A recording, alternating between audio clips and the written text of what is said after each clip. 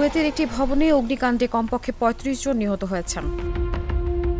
স্থানীয় সময় বুধবার দেশটির দক্ষিণাঞ্চলীয় মাঙ্গাফ এলাকার একটি ভবনে আগুন লেগেছে বলে স্থানীয় গণমাধ্যমের খবরে বলা হয়েছে।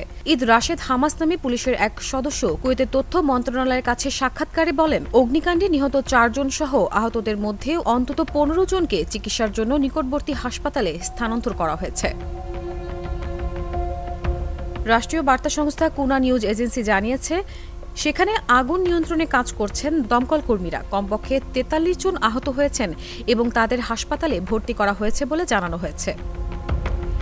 কুয়েতে বর্তমানে বহু প্রবাসী বাংলাদেশি কর্মরত। এ দুর্ঘটনায় কোনো বাংলাদেশি হতাহত হয়েছে কিনা বিষয়টি এখনও নিশ্চিত হওয়া যায়নি।